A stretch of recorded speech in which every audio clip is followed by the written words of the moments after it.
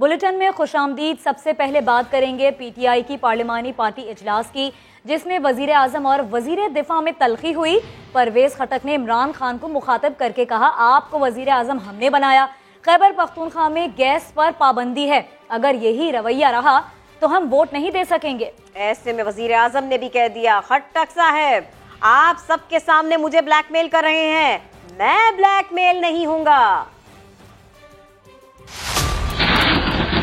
पार्लिमानी party के इजलास में वजीर आजम और वजीर दिफा आमने सामने।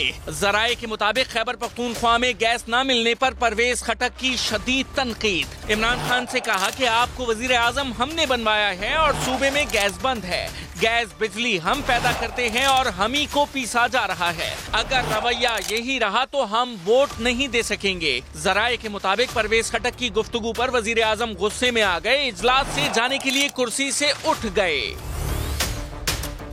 कहा, खटक साहेब आप सबके सामने मुझे ब्लैकमेल कर रहे हैं, मैं ब्लैकमेल नहीं होऊंगा, मेरे कौन से कारखाने हैं। वजीर आजम इमरान खान ने कहा कि मैं आपको रोज रोज बुलाकर वोट मांग रहा हूँ, मैं हर रोज IMF से कह रहा हूँ कि टैक्स कम करें, अगर आपकी यही ब्लैकमेलिंग रही तो अपोजिशन को दावत दे देता हूँ कि वो आकर हुकूमत कर ले। वजीर दिफा की वजीर खजाना से भी तल्ख कलामी हुई। परवेज खटक ने कहा कि शौकत तरीन साहिब आप फाइनेंस बिल पर काबीना में मुतमईन कर सके और ना ही इजलास के बाहर, अंदर कुछ और बात करते हैं और बाहर कुछ और। आवाम से वोट आपको नहीं हमको लेने होते हैं, हम इस काबिल नहीं रहे कि हल्कों में जा सकें, हमें आवाम के दरमियान जाना होता है।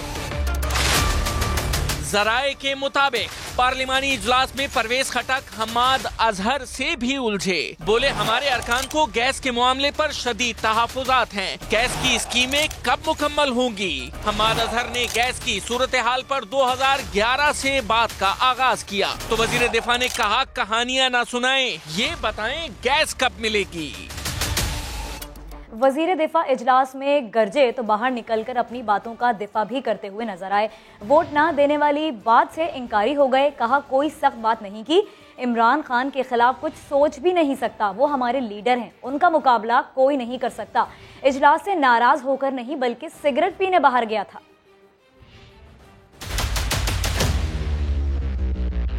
वो जो 100 से ज्यादा लोगों के दरमियान सीना ठोक के बोला था, जज्बा था, वलवला था, जोश था, अकेला था।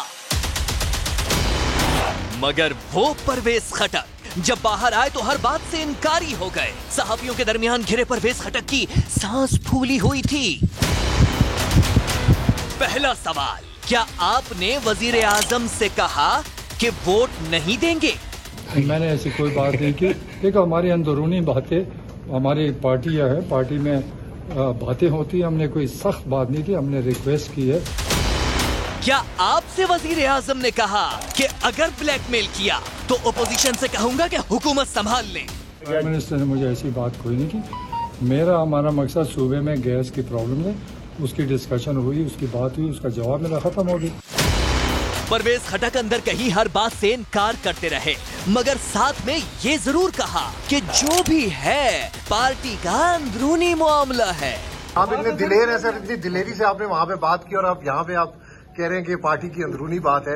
इतने 140 लोगों के दरमियान में बात की आपने सर। तो अंदरूनी बात है यार, और मैंने कोई सख्ती नहीं की। मैं प्राइम मिनिस्टर के खिलाफ नहीं हूँ, ना हो सकता हूँ, ना सोच सकता हूँ। अरे परवेज खटक साहब, खबर तो ये भी है कि आप इतना नाराज हुए कि इजलास छोड़कर चले गए। मैं अगर बाहर गया, मैं स्मोकिंग करता हूँ तो मैं हर मीटिंग में बाहर गया।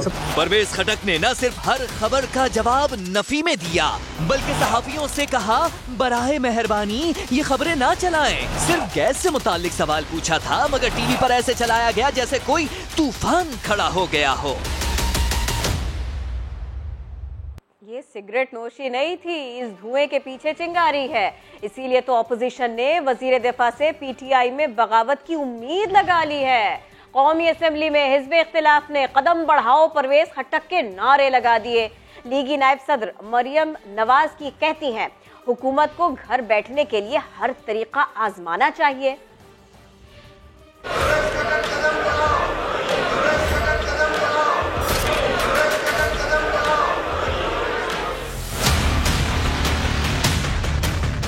वजीर आजम और परवेज खटक की तलखी की खबरें क्या गर्म हुई, अपोजिशन की उम्मीदें जाग उठी। असेंबली में परवेज खटक कदम बढ़ाओ के नारे लगाए।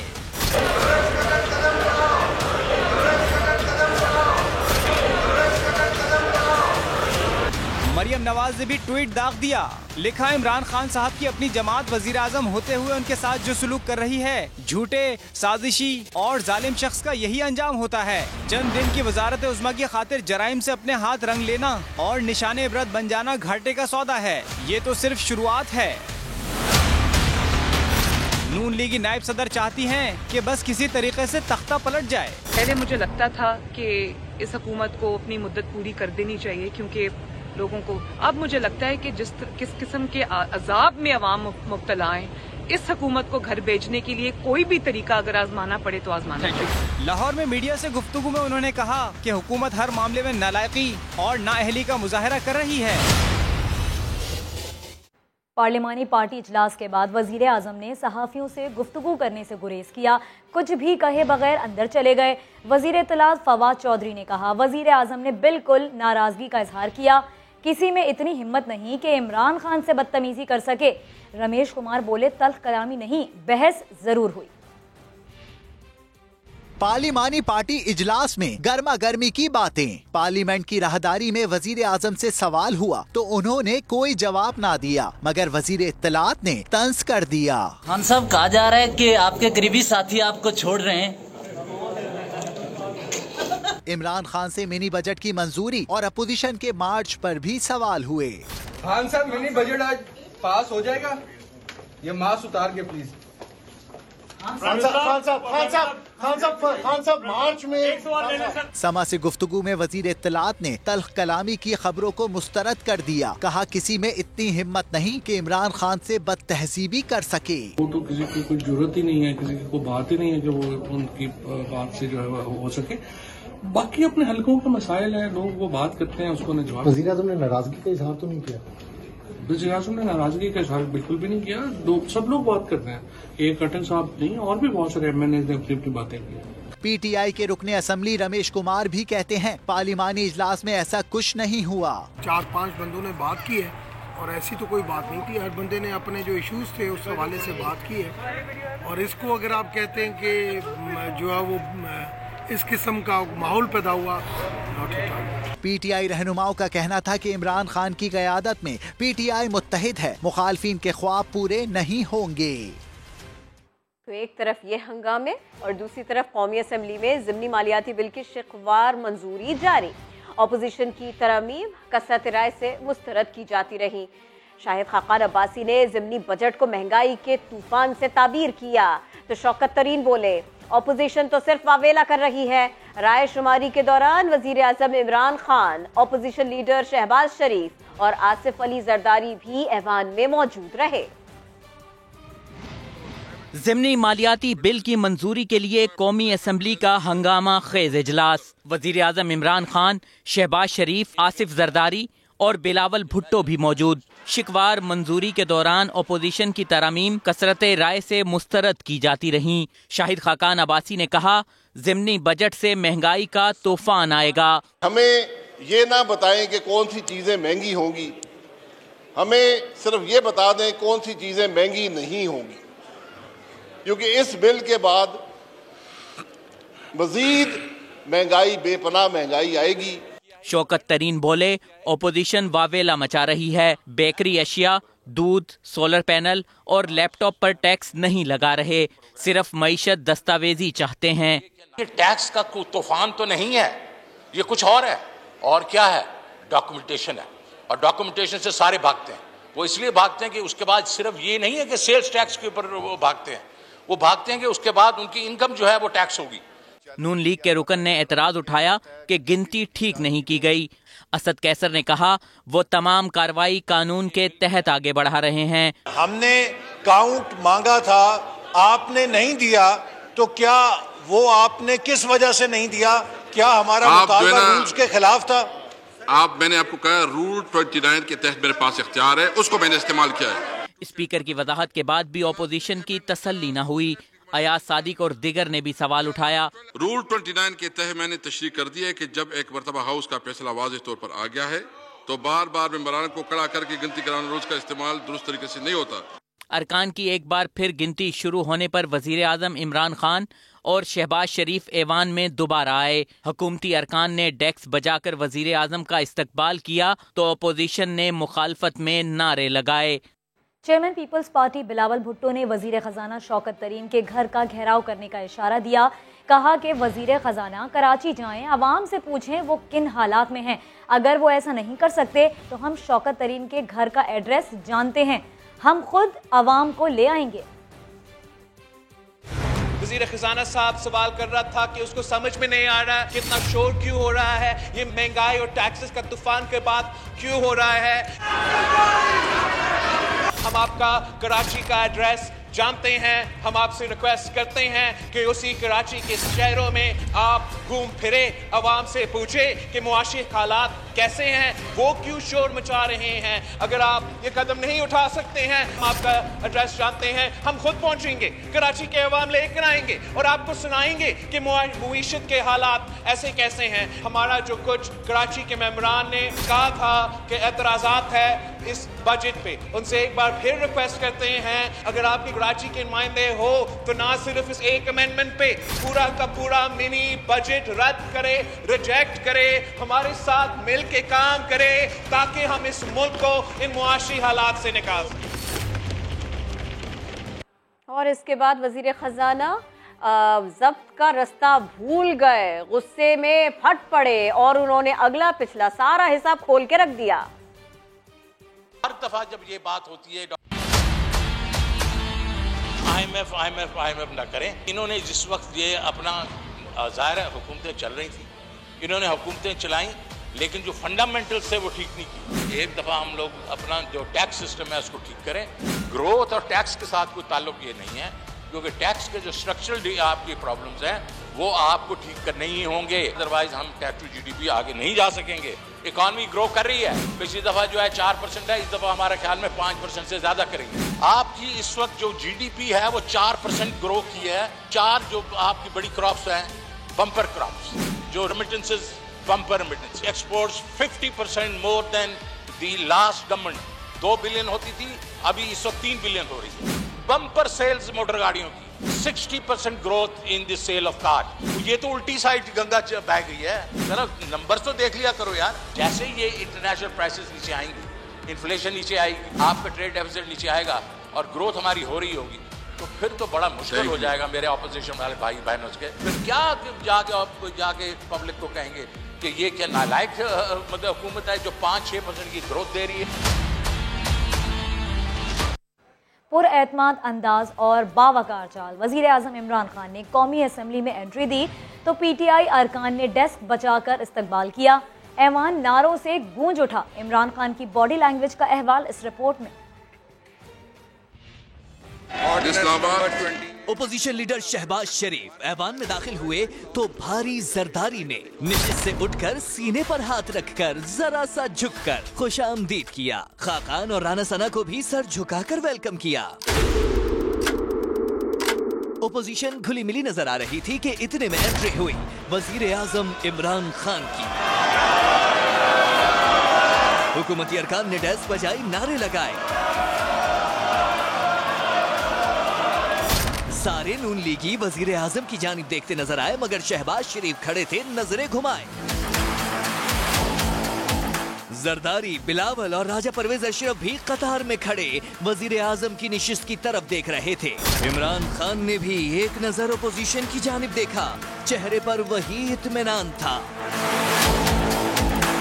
जरदारी भारी के नारे लगे तो स्पीकर टोक रहे थे, मगर इमरान खान मुस्कुराते नजर आए।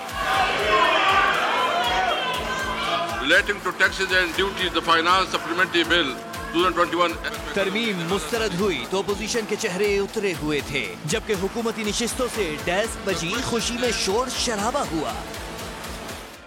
अब वजीर आला पंजाब का एतमाद देखिए। उस्मान बुज़दार कहते हैं हमारा नंबर गेम पूरा था, हमसे कोई नाराज नहीं, कोई खफा नहीं था। तहरीक अदम एतमाद की बातें सियासी लोग करते हैं। सर आज एक बार आपने देखा कि फिर नंबर गेम पूरी हो गई, ऑपोजिशन के दावे उसी तरह ही रह गए। जी तो ठीक हो गया ना सर, गपशप लाओ ना थोड़ी। ठीक हो गया ना, तुझे बिल्कुल गपशप ही नहीं ला रहे हो साढ़े नाल से। नहीं हम हाजिर, आप तशरीफ लाए हमारे पास और जिस सब्जेक्ट पे कहेंगे इंशाल्लाह आपसे बात होगी। तो इस्लामाबाद होते हैं, आप लाहौर होते हैं। 30 से 35 लोग कम थे कल एमएनए में। कोई नाराज है आपसे? बिल्कुल भी नहीं है। तो आपने देखा कि अभी नंबर वो तो यहाँ ने पूरे पंजाब वाले आपके पास नहीं, ऐसी बात बिल्कुल भी नहीं है। सर, अदम एतमाद की बात होती है, कभी पंजाब से भी ये बात निकलती है कि वजीर आला के खिलाफ अदम एतमाद आ रही है। सर, ये क्या बातें हैं सर? तो ये सियासी लोग हैं, इस तरह की बातें चलती रहती हैं, तो कोई बात नहीं है, कोई परेशानी वाली बात नहीं। कोई अदम एतमाद नहीं हो रही सर पंजाब में? परेशानी वाली बात नहीं है इंशाल्लाह। आप मजबूत है सर, किला मजबूत है, अल्लाह बेहतर करेगा इंशाल्लाह। कौमी असम्बली से मिनी बजट की मंजूरी के मौके पर पार्लियामेंट हाउस के बाहर मुत्तहदा अपोजिशन ने एहतजाज किया। शहबाज शरीफ ने कहा, हुक्मरानों को घर ना भेजा गया तो ये मुल्क को तबाह कर देंगे। शहरी रहमान बोली, मिनी बजट के चक्कर में हुकूमत अपना काम खुद ही तमाम कर रही है। आदिल तनूली की रिपोर्ट।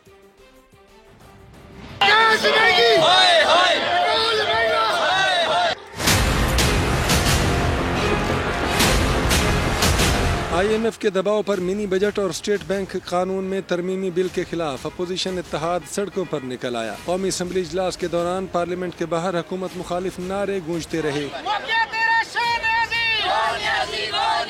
रावलपिंडी से हनीफ अब्बासी काफिला लेकर पहुंचे। जियाले भी जमा, JUI और सूबा हजारा तहरीक के कारकुनान भी मौजूद। शाहराह दस्तूर पर सिक्योरिटी के सख्त इंतजाम भी किए गए।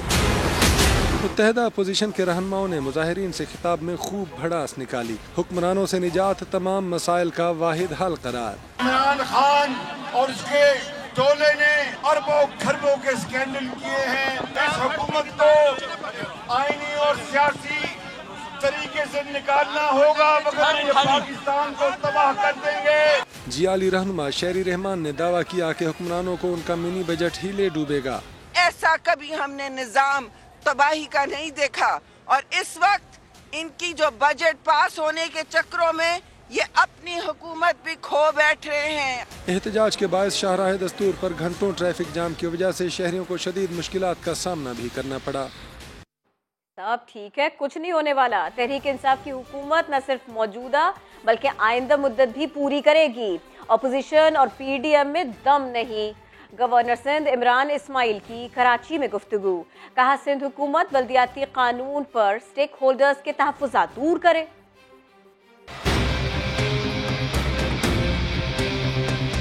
3.5 साल हो गए हमारी हुकूमत को और 3.5 महीने के अंदर ही हम ये सुनना शुरू हो गए थे कि जी हुकूमत आज गई और कल गई। ना इस अपोजिशन के अंदर दम है,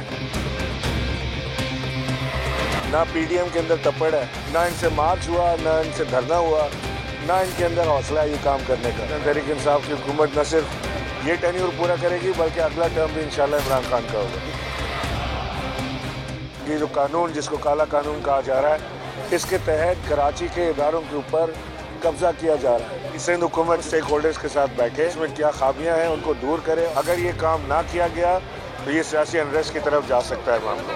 स्मार्ट सिटी बने बगैर कराची में क्राइम कंट्रोल नहीं हो सकता। ये मुमकिन नहीं है कि पुलिस हर गली के अंदर एक पुलिस वाला मौजूद हो और वो मॉनिटर करे। सिंध हुकूमत को चाहिए कि वो जल्द से जल्द स्मार्ट सिटी की तरफ कदम बढ़ाए।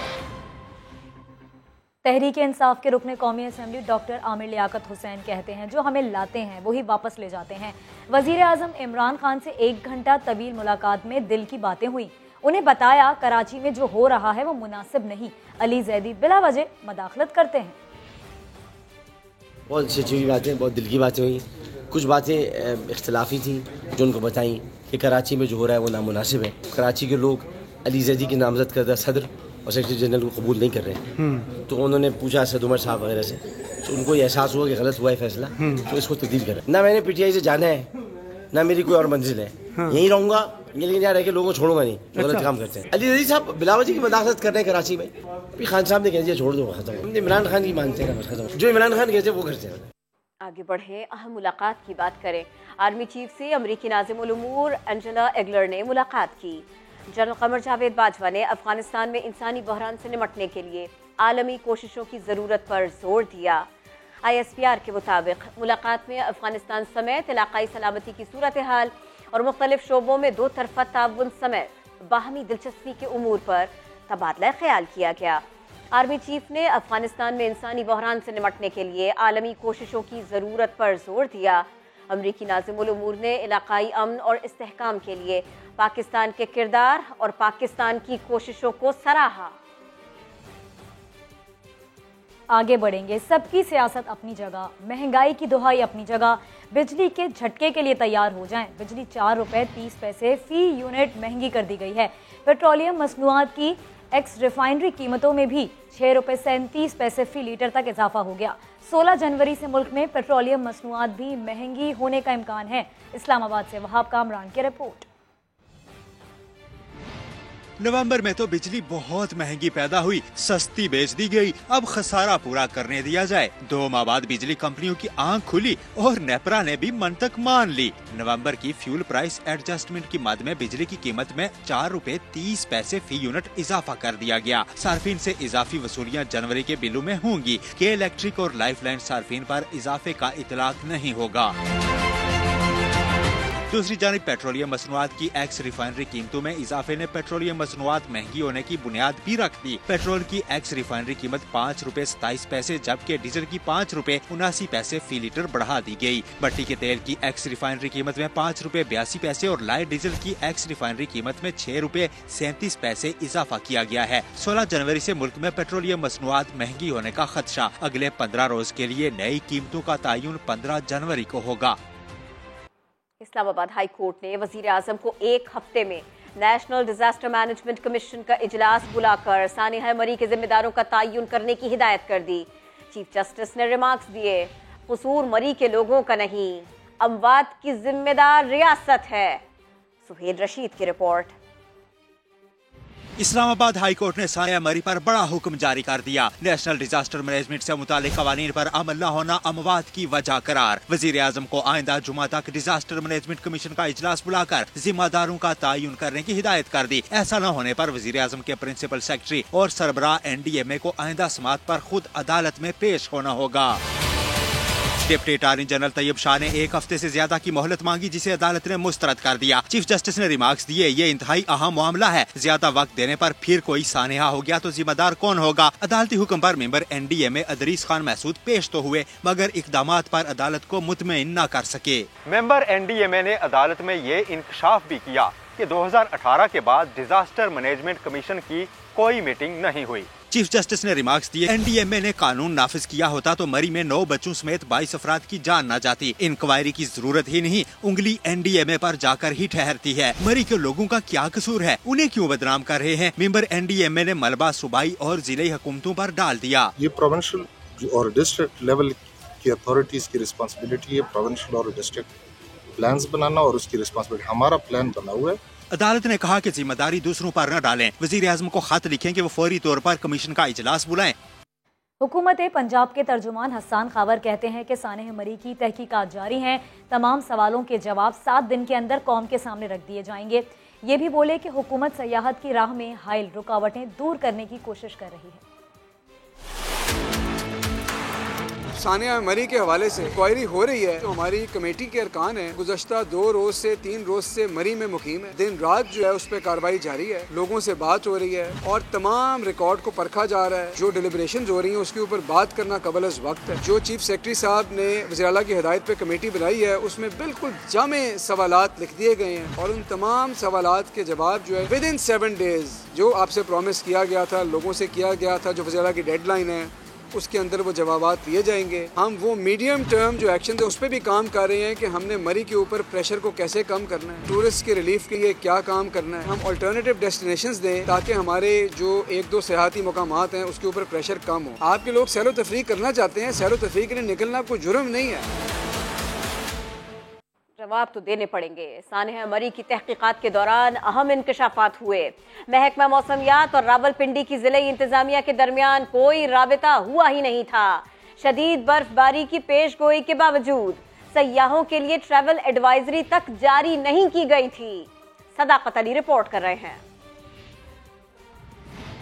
सानेहा मरी की तहकीकात जारी हैं। 4 रुकनी इंक्वायरी कमेटी ने दूसरा रोज भी मरी में गुजारा। एडिशनल चीफ सेक्रेटरी की सरबराही में कायम कमेटी ने मरी की मकामी इंतजामिया और ट्रैफिक पुलिस जिम्मेदारान के बयान रिकॉर्ड किए। दौरान तहकीकात महकमे मौसमियात और जिला इंतजामिया के दरमियान राबता न होने का इंकशाफ हुआ। यही नहीं, ये भी मालूम हुआ कि महकमा मौसमियात का रावलपिंडी में सिरे से कोई दफ्तर ही नहीं। इंक्वायरी कमेटी के मुताबिक बर्फबारी से निमटने के लिए पेशगी इंतजामात इंतहाई नाकिस थे। शदीद बर्फबारी की पेशगोई के बावजूद सयाहों के लिए कोई ट्रैवल एडवाइजरी जारी नहीं की गई। जिला इंतजामिया, police, communication and works, NHA और NDMA के दरमियान भी राब्ता नहीं था। इंक्वायरी के आगाज पर टीम ने गुज़श्ता रोज कुलडन्ना बाड़ियां रोड पर हादसे के मकाम का दौरा किया था। कमेटी मरी में काम मुकम्मल करके रावलपिंडी आएगी, जहां जिला इंतजामिया और दीगर जिम्मेदारों के बयान कलमबंद किए जाएंगे। साबिक चीफ जस्टिस आसिफ सईद खोसा कहते हैं अपोजिशन हमेशा हुकूमत पर करप्शन के इल्ज़ामात लगाती है। अपोजिशन हुकूमत में आए तो वही इल्ज़ामात उन पर लगते हैं। इस्लामाबाद में किताब की तकरीब रौनुमाई से खिताब करते हुए उन्होंने कहा कि हुकूमत और अपोजिशन मिलकर नैब और इलेक्शन कमीशन सरबरा तैनात करते हैं। किसी सियासतदान के खिलाफ जाती केस हो तो पूरी जमात दिफा में आ जाती है। शफाफियत और एहतसाब नहीं होगा तो कोई हुकूमत सुकून से नहीं चल सकती। आसिफ सईद खोसा का कहना था कि मुल्क में 4 मार्शल लॉज ने आईनी बालादस्ती को पामाल किया।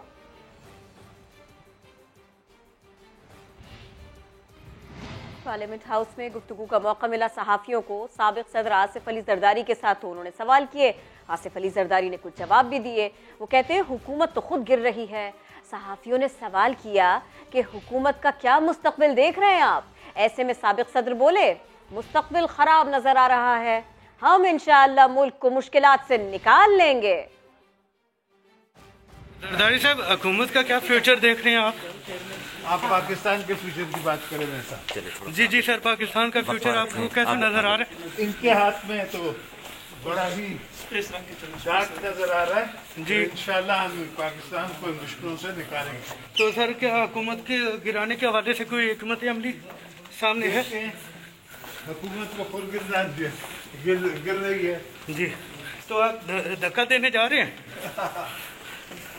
और अब जिक्र कराची के उस अफसोसनाक वाक़े का जिसमें मां और बहन के सामने एक नौजवान दिन दहाड़े कत्ल कर दिया गया था। पुलिस शाहरुख के कातिल डाकू को अब तक गिरफ्तार नहीं कर सकी। चंद दिन पहले जिस घर में शाहरुख की दुल्हन की डोली उतरी थी, आज उसी घर से दुल्हे का जनाजा उठा। ये रिपोर्ट देखिए।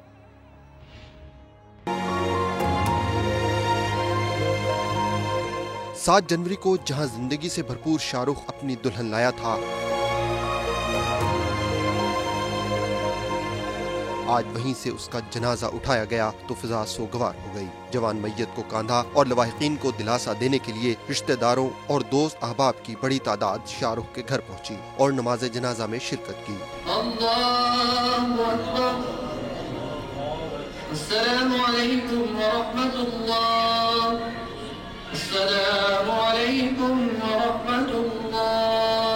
Opposition leaders in assembly Haleem Adil Sheikh और खुरम शेर जमान भी लवाहिकीन से ताज़ियत और फातह खानी के लिए मकतूल शाहरुख के घर पहुँचे। इंसानियत से आरी डकैत ने तन तनहा शाहरुख को मंगल की शाम कश्मीर रोड पर घर की दहलीज पर मां और अमेरिका से आई हुई बहन के सामने कत्ल कर दिया था। पुलिस ने भाई की मुद्दइयत में मुकदमा दर्ज करके तहकीकात का आगाज कर दिया है। मुलजिम का सुराग लगाने के लिए इलाके की जियो फेंसिंग भी की जा रही है। जराये के मुताबिक वारदात के बाद मुलजिम जेल चौरंगी की जानिब फरार हुआ था। SP इन्वेस्टिगेशन की सरबराही में कमेटी तश्कील दे दी गई है। कैमरामैन फैसल आगाई और साथी रिपोर्टर शाहनवाज कादरी के साथ अहमद रहमान खान, समा, कराची।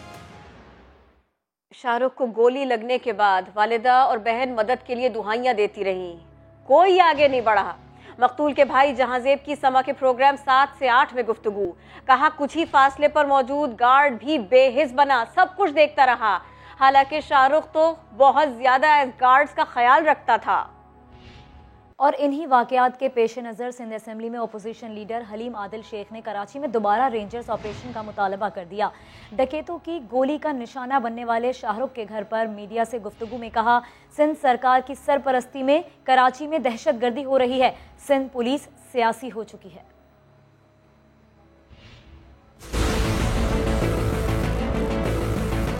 इस वक्त जो दहशतगर्दी हो रही है वो सिंध सरकार की सरपरस्ती में हो रही है। सिंध पुलिस स्पेशली पॉलिटिसाइज हो चुकी है। पहले SHOs बिकते थे, अब SSP भी बिकने लगे। मुराद अली शाह साहब, आप वजीर दाखिला हैं, पुलिस आपकी है, ट्रांसफर पोस्टिंग फारूक बशीर करता है। कराची पुलिस में आपने ऐसे एक बेचारा एक फालतू सा एडिशनल IG कराची बिठा दिया है, ना लीपने का ना पोतने का। जितने नाकारा बेकार हड हराम किस्म के SSPs होते हैं उनको इन्वेस्टिगेशन में लगा दिया जाता है, और जितने हरामखोर इंस्पेक्टर होते हैं उन्हें SIO लगा दिया जाता है। मुफ्ता वहाब साहब माशाल्लाह प्रोसिक्यूशन 6 साल से उनके पास है, प्रोसिक्यूशन पे पैसे लेके सरकारी वकील बिक जाते हैं। ये जितने टारगेट किलर्स हैं, डाकू हैं, 90% वो लोग हैं जो जेलों से आजाद हो रहे हैं। कराची शहर में लॉ एंड ऑर्डर तबाह बर्बाद हो चुकी है। रेंजर्स को लॉ एंड ऑर्डर अपने हाथ में लेना चाहिए। रेंजर्स को दोबारा एक कराची में सख्त किस्म के ऑपरेशन की जरूरत है। कराची की सेशन अदालत ने नाजिम जोखियो कत्ल केस को दहशतगर्दी का मुकदमा करार देते हुए 5 मुल्जिमान की अबूरी जमानत मंसूख कर दी। खबर सुनते ही मुल्जिमान अदालत से फरार हो गए। कराची के मेमन गोट में नवंबर में कत्ल होने वाले नाजिम जोखियो के केस की समाअत में अहम पेशरफ्त हुई है। सेशन अदालत ने केस को इंसदाद दहशतगर्दी अदालत में चलाने की सिफारिश करते हुए मुल्जिमान सलीम सालार, मोहम्मद सोमार, मोहम्मद इसहाक, दोदो खान और मोहम्मद खान जोखियो की अबूरी जमानत मंसूख कर दी। अदालत से जमानत मंसूखी का फैसला सुनने के बाद मुल्जिमान अदालत से बाआसानी फरार हो गए। अदालत ने मुद्दई के वकला और प्रोसिक्यूशन के एतराज़ात को दुरुस्त करार दे दिया। अदालत ने जुडिशल मजिस्ट्रेट को हिदायत की कि मुकदमे के चालान का कानून के मुताबिक फैसला करें। इससे कबल जुडिशल मजिस्ट्रेट की अदालत में समाअत के दौरान तफ्तीशी अफसर ने बताया कि हतमी चालान प्रोसिक्यूशन ऑफिस में जमा करवा दिया है। अदालत ने हतमी चालान जमा करवाने के लिए 17 जनवरी तक मोहलत देते हुए समाअत मुलतवी कर दी। 3 नवंबर को नाजिम जोखियो की लाश कराची के इलाके मलीर मेमन गोट के करीब से मिली थी। मकतूल के वरसा का इल्जाम है कि पीपल्स पार्टी के MPA जाम ओवैस के मेहमानों के शिकार की वीडियो वायरल करने पर नाजिम जोखियो को कत्ल किया गया था। कत्ल के इल्जाम में MPA जाम ओवैस को गिरफ्तार कर लिया गया था। इरफानुल हक, समा, कराची। ऑस्ट्रेलवी टेस्ट टीम के कप्तान कहते हैं कि ऑस्ट्रेलवी खिलाड़ी दौरा पाकिस्तान के लिए बेताब हैं। पैट कमिंस पुरएतमाद हैं कि टॉप खिलाड़ी पाकिस्तान जाएंगे। उन्होंने कहा अगर कोई खिलाड़ी ना भी जाना चाहे ये उसकी मर्जी होगी। अब तक की रिपोर्ट्स काफी मुस्बत है और PCB के इंतजामात वो तो शानदार हैं। साबिक कप्तान वसीम अकरम ने रमीज राजा का 4 मुल्की T20 सीरीज का आइडिया खुशाइन करार दे दिया। Everything is easy for a spectator to come and watch the game. 4 nation T20 series, Australia, England, Pakistan, India. What's your take on that? I think it's a brilliant idea. बड़ा जबरदस्त idea है ये रमीज का। And you know इससे सबको फायदा होगा। Pakistan team फिर टॉप टीमों से क्रिकेट भी खेल पाएगी। यस सख्ती होगी बिकॉज जिस तरीके से आजकल कोविड स्प्रेड हो रहा है, सो यू नो PCB भी वरीड होगा, प्लेयर्स भी वरीड होंगे। सो या we'll all have to obey जो भी वो SOPs बनाएंगे PCB वाले। और दुनिया का टॉप 3 बैट्समैन हमारे पास है, हमारा कप्तान है। Then we have Shajeer, another hard hitting, you know dashing और मैच विनर बैटिंग में। हेडलाइंस होंगी ब्रेक के बाद। देखते रहिए समा।